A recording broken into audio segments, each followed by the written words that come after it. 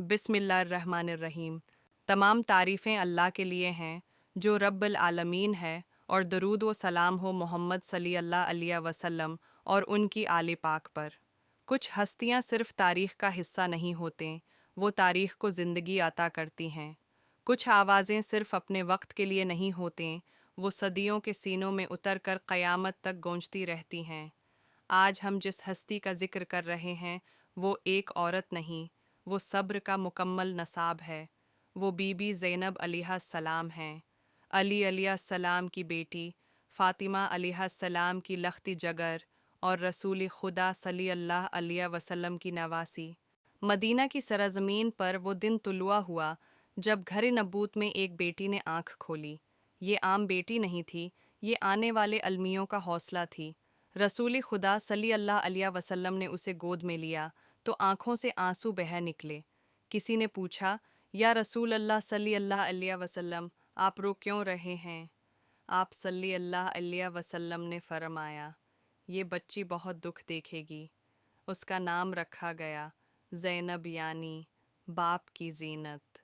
ज़ैनब अलैहिस्सलाम ने आँख खोली तो अली अलैहिस्सलाम की अदालत देखी और फ़ातिमा अलैहिस्सलाम की खामोश इबादत देखी। यही वो गोद थी जहाँ से सब्र, इल्म और वक़ार ज़ैनब अलैहिस्सलाम की रगों में उतरा। कम उम्री में ही ज़ैनब अलैहिस्सलाम के अल्फाज में हिकमत थी और ख़ामोशी में गहराई। वो बोलती थीं तो इल्म झलकता था और चुप होते तो इबादत महसूस होती थी।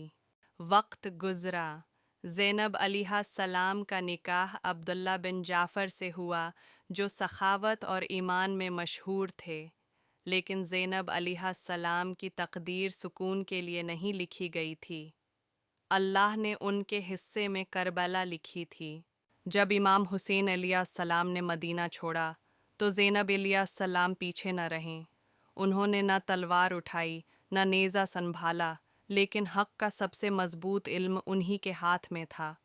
ये काफ़िला मदीना से मक्का और मक्का से करबला पहुँचा, और करबला जहाँ आसमान ने ज़मीन पर खून हक़ गरते देखा। आशूरा का दिन आया।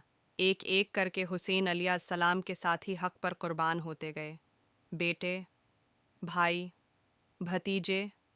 ज़ैनब अलैहिस्सलाम हर लाश पर नहीं गिरें, क्योंकि अगर वो टूट जाते तो पैगाम टूट जाता।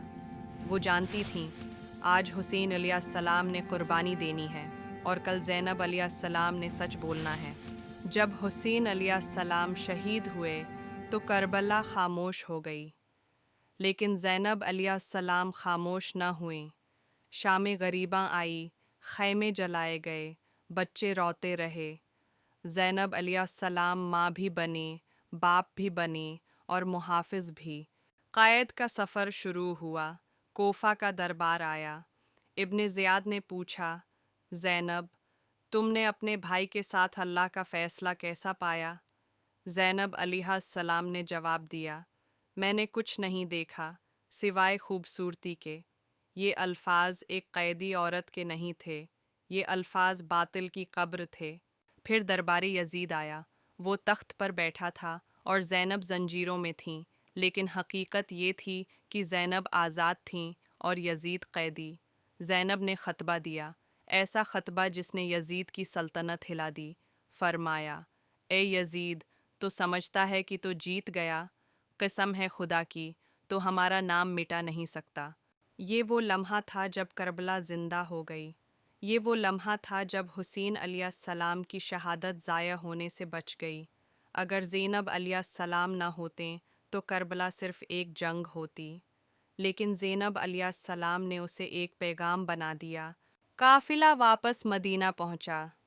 मदीना जो हुसैन अलैहिस्सलाम के बग़ैर अजनबी लगता था। ज़ैनब अलैहिस्सलाम ने वहाँ खामोशी से करबला सुनाई, बग़ैर शूर के, बग़ैर नफ़रत के, सिर्फ़ हक़ के साथ। वक्त ने ज़ैनब अलैहिस्सलाम के जिस्म को कमज़ोर किया, लेकिन उनके पैगाम को नहीं। बिलाखिर वो दिन आया जब ये नूर अपने रब से जा मिला। लेकिन ज़ैनब अलैहिस्सलाम कभी नहीं मरे। आज भी जहाँ ज़ुल्म के सामने कोई औरत खड़ी होती है, वो ज़ैनब अलैहिस्सलाम की वारिस होती है।